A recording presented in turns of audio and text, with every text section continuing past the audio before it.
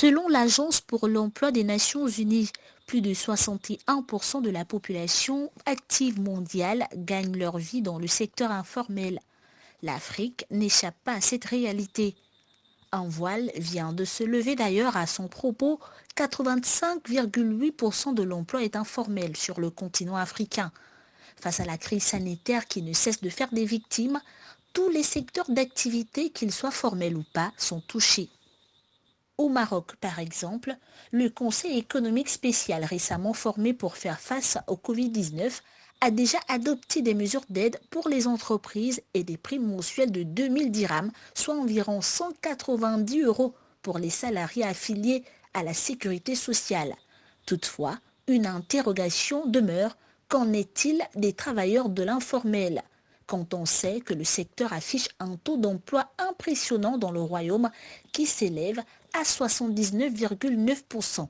À cette préoccupation, le ministre de l'économie du royaume chérifien affirme que des mesures d'accompagnement pour les quelques 4 millions de ménages du secteur informel sont en cours.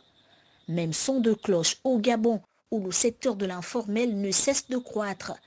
À la célèbre plage du lycée national Léomba, ils sont nombreux ces jeunes Gabonais qui exercent le métier de fleuriste. Nous avons rencontré un qui nous explique d'ailleurs les difficultés qu'il rencontre en cette période de confinement partiel décrété par l'exécutif gabonais. Je me contente de ce que Dieu me donne.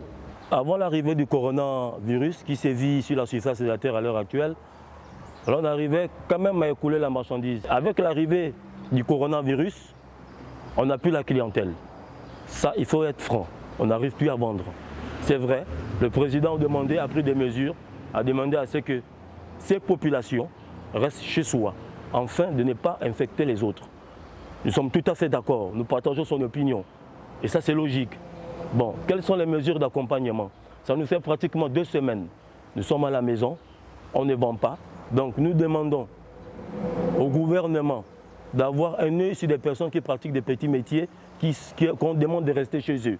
Loin de remettre en cause tous les efforts consentis par les autorités gabonaises depuis le déclenchement de cette crise sanitaire, il est de bonne guerre que la cellule de veille économique récemment mise en place au Gabon pense à ce pan non négligeable, car il s'agit tout de même des compatriotes gabonais.